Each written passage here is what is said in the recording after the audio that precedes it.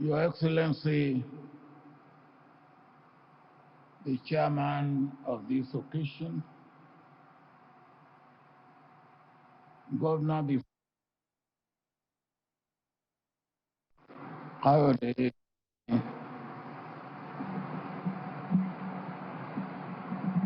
Your Excellency,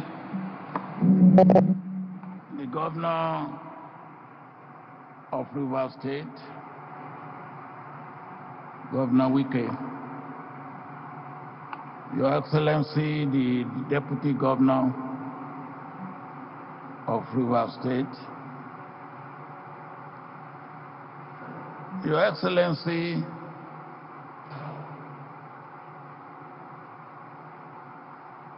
the Chief Judge of Rivers State,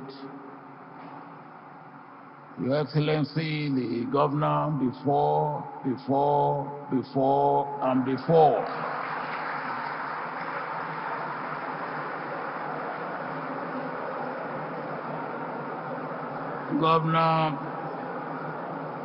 Governor Peter Odili and his dear wife, Justice Mary Odili.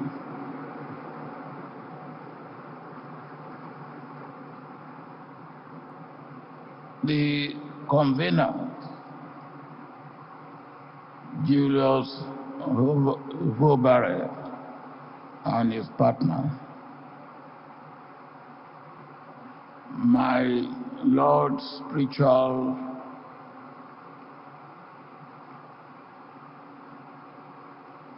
and other lords, traditional, judicial, and whatever lords you may be.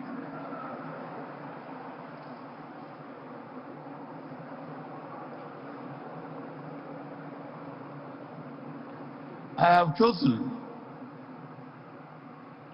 for my keynote address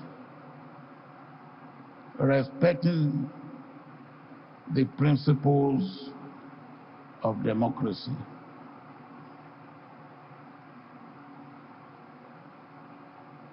And before I go into my address, I want to apologize to the chairman of this occasion, who complained bitterly now here that he has met me in about 12 places within the last year or so. Now I will be watching out. Whenever I know he's going somewhere, I won't go there.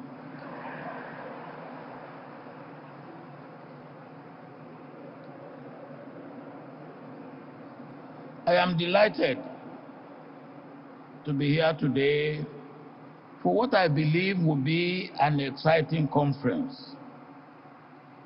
And I thank the organizers for inviting me to deliver this keynote address at this critical time in our nation's political history.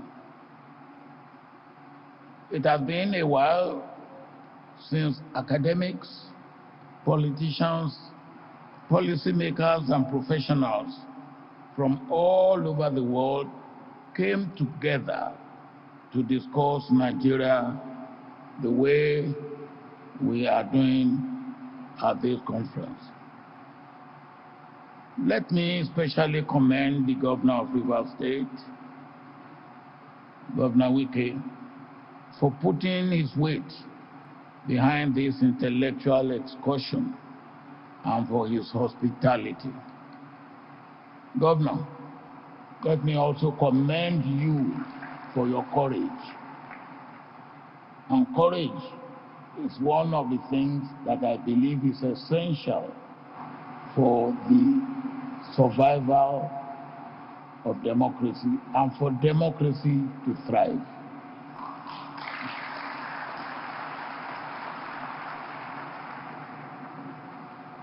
We sure need more opportunities to interrogate and understand our past and present to design and plan our future. As you all know, a nation that does not engage in conversation, self-analysis, even self-criticism, and regular reading and interaction cannot make meaningful and sustainable progress. It is probable best to state right from the beginning that no two democracies are exactly alike. Democratic practice and institutions are shaped by the specificity of history, social, political struggles, culture, nature of production and exchange, orientation, social balances, and the character of the government and the ruling elite. However, citizens that live in democracies share common perspectives, expectations, and commitments to the basic tenets of democratic practice. And they may turn out to be beneficiaries or victims, depending on the course of the progress or the process and practice of democracy. Of course, the world is increasingly complex, information and technology driven, and governance is now almost completely open. It is true that a governing and ruling elite that is not firmly anchored in production will not have the urge to invest in research and development, science and technology, and good governance. And such an elite will not have much interest in dominating the local market and penetrating foreign markets to promote accumulation for development and growth. An elite of commission agents, politicians, appointment hunters, and influence peddlers is unlikely to appreciate the value of democracy and democratization. Therefore, in this our brief conversation today, my goal is to redirect our minds to where we miss the bus. If we are patient, humble, reflective, and willing, another bus is just around the corner. Are we ready to be active passengers? Our democracy has gone through twists, dives, and turns since political independence, and we are all living witnesses to our achievements and failures. The best of our history has been the sustenance of democracy since the transfer of power to an elected government in 1999. There is reason to appreciate this part of our history because we have thus far kept the military out of the full and formal control and domination of political power.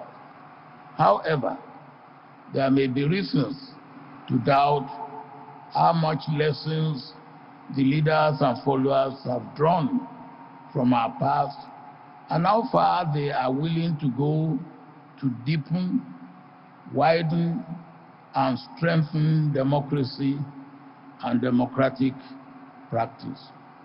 In addition, it is not enough to keep recycling activities and debates around liberal democracy, but we must, as a people, be prepared to move from democracy to democratization.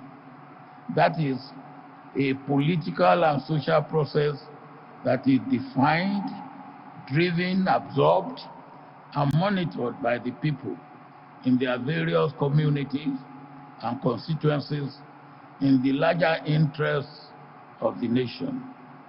It is such a process that gives us the confidence that we are building a credible and sustainable foundation for the future and for everyone. Everyone in this room, whether we admit it or not, is an expert in Nigerian politics. We all have opinions and we have prescriptions for all the problems of Nigeria. Yet, the country is not making progress. Most of us are experts in what we know little or nothing about, and ignoramus in what is our duty and responsibility. We have tried all sorts of regimes, ideologies, planning strategies, and personalities in power. The so-called new breed did not show that they were different. Equally, states run by professors, retired military officers, and other professionals, including teachers, did not experience visible and substantial improvement. True, there have been some outstanding leaders at various levels of power, but no tree has ever made the forest. The good ones are few and far in between and did not form critical mass. The lack of conversations across fault lines and primordial proclivities mean that our leaders are unable to share ideas and have durable and sustained policies for long enough time. This prevents useful cooperation, collaboration, stability, and sustainability. It means that whatever best practices are in one location remain there and may die there. If after 6 decades of political independence, our leaders are not showing clear capacities to provide a transformative leadership that unites Nigerians and contains ethnic, religious, regional, and clannish, selfish, even class proclivities, then there is a problem. In fact, it is possible to declare that the ways in which we have practiced our democracy have deepened contradictions, negative coalitions, distrust, disloyalty, and unpatriotic tendencies within and between communities and constituencies all over the country. Again, this means that there is a deep structural and philosophical problem that we must deal with. We have tended so far to pursue the symptoms of the contradiction rather than focus on the causes, and the disease remains stubbornly endemic. Unless we generate the courage and commitment to change course and do things better and differently, we may be heading for more trouble ahead. I raise these issues because democracy, when properly practiced in the interest of peace, inclusion, national growth, development, security, and stability, is supposed to address national problems, no matter how complex. In fact, democracy, I almost said, true democracy, promotes patriotism and nationalism, builds confidence in leaders and government, and encourages citizenry to reach the highest points of their creative and productive abilities. Democracy encourages citizens to explore the good in their nation and exploit such good and opportunities for individual, family, community, and national progress. Democracy attracts global respect and support and gives a nation at least a voice in an increasingly complex and competitive global division of labor and power. I do not need to remind you all that democracy attracts,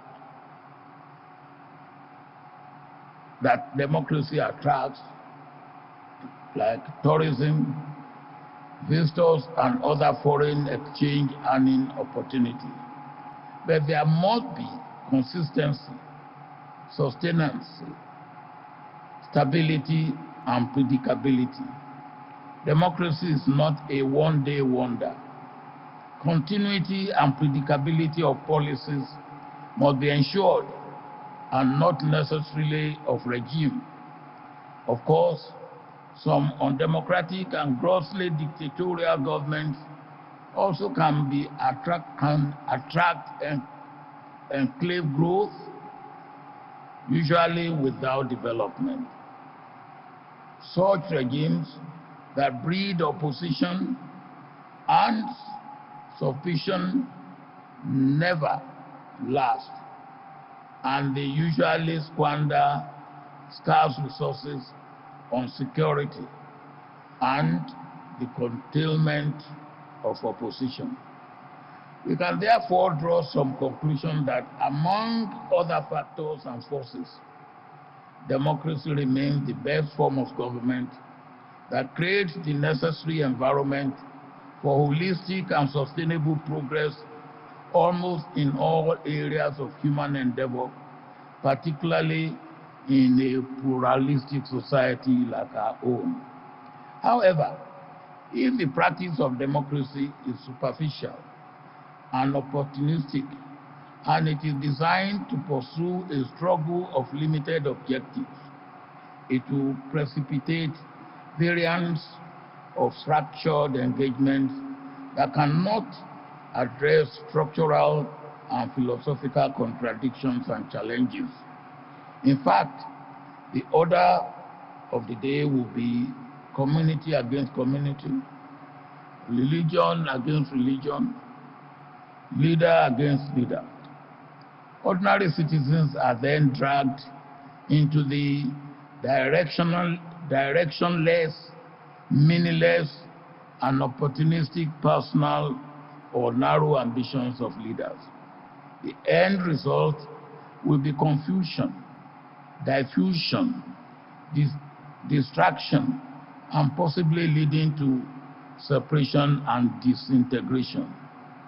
Conversation become puerile, and easily settle on the verge of comedy. Political campaigns are taken over by insults, lies, self and selfish interest, and diversions, not on issues of national interest and progress. Party platforms are developed, launched with fanfare and promptly discarded. Critical issues are discarded as intellectuals and technocrats are sidelined, while minions, gatekeepers, and job hunters take over the campaign and build iron rings around the candidates at all levels. Candidates are caged and milked opportunistically. At the end of all the rigmarole, people get elected.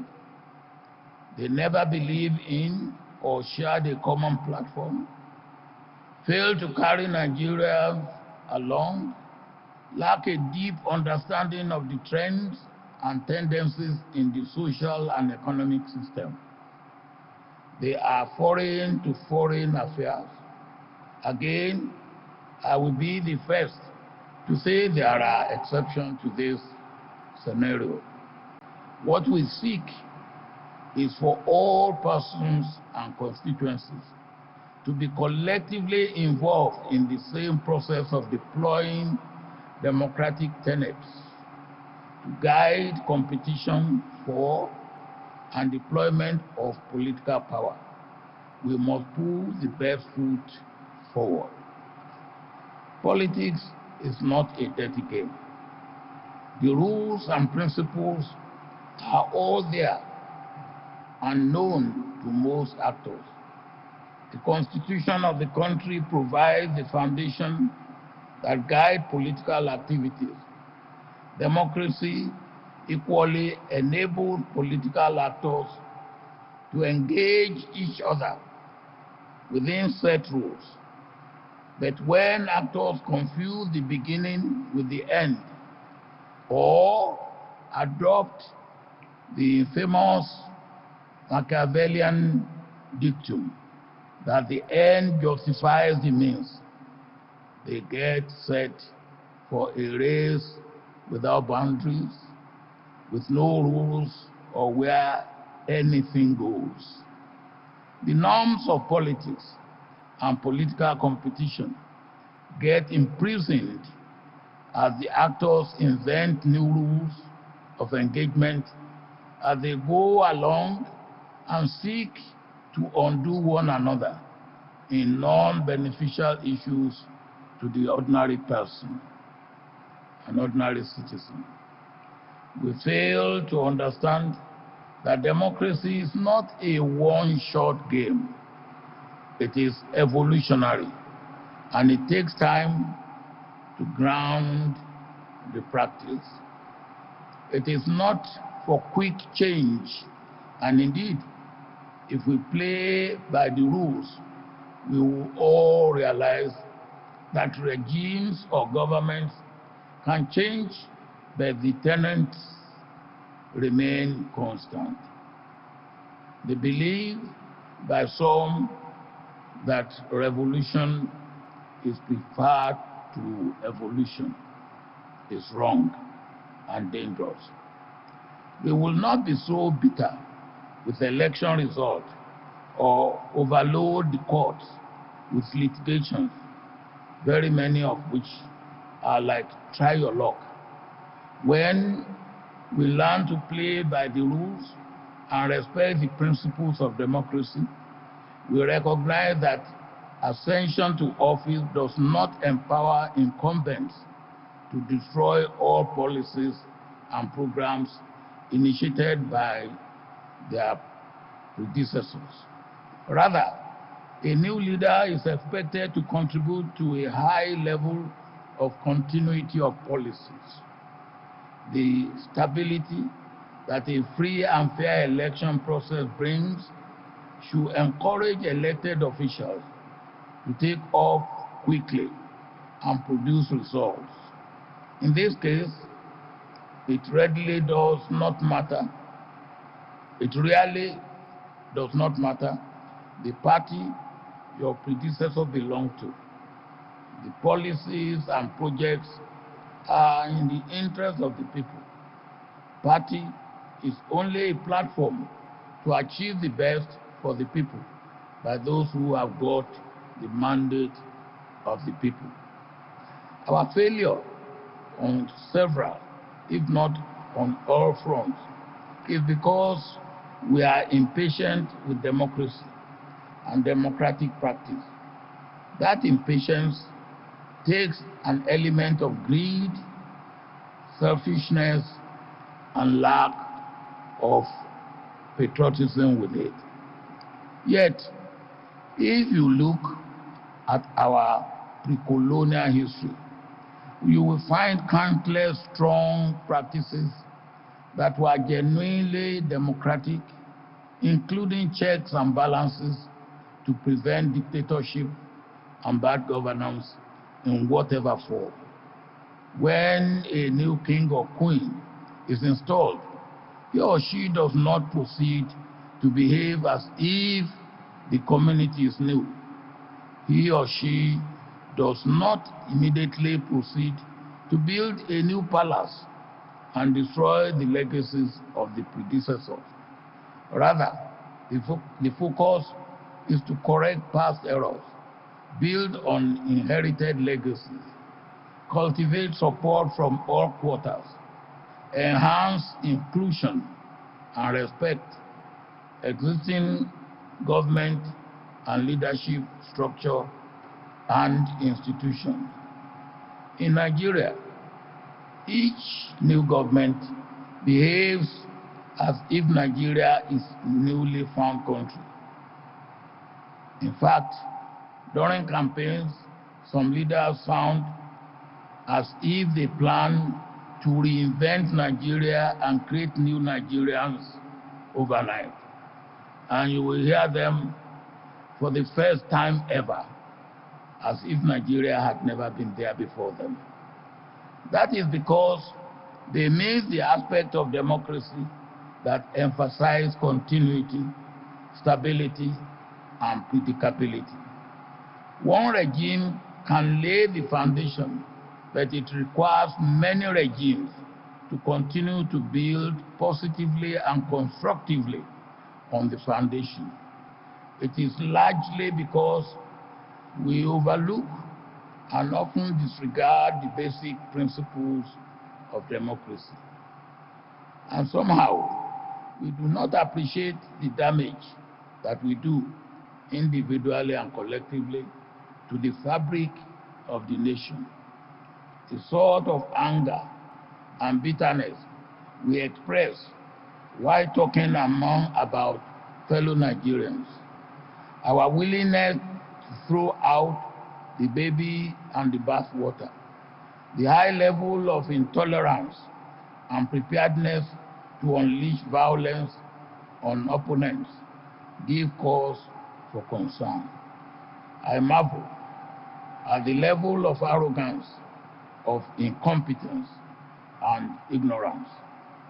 The impunity is sickening.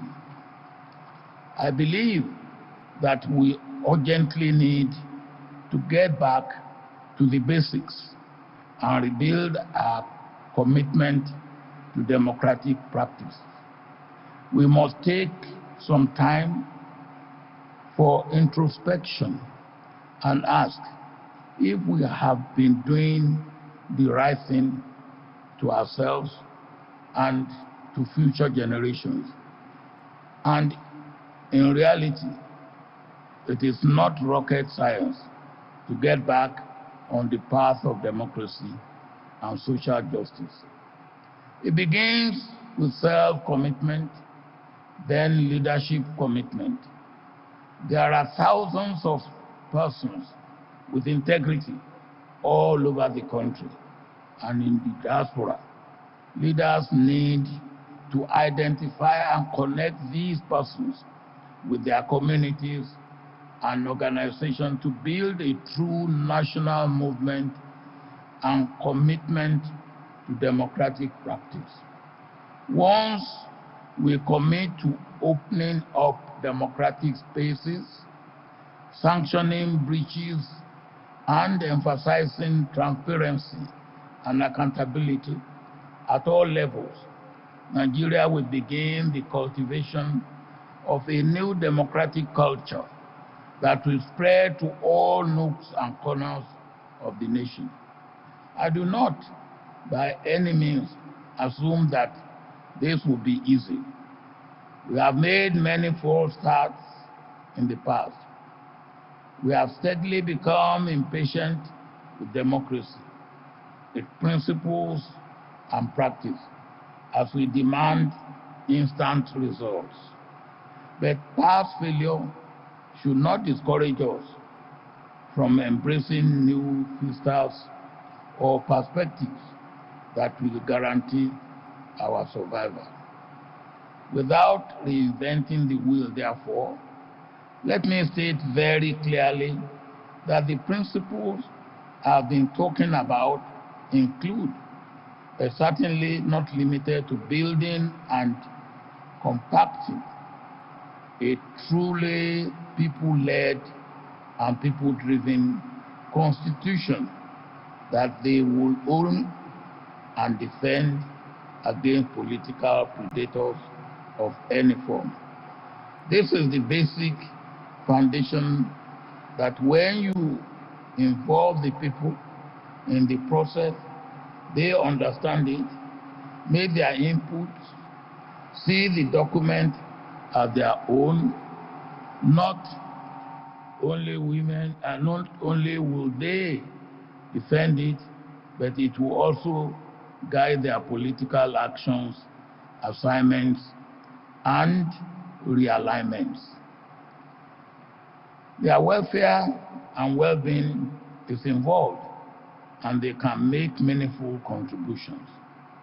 The extent to which we buy into the popular compact of democratic constitution and use the process to strengthen the independence of the judiciary and the electoral umpire, encourage the popular teaching of the Constitution to promote a culture of constitutionalism, promote and guarantee basic rights, the easier it will be for Nigeria to engage the challenges that negate national cohesion, growth, and development.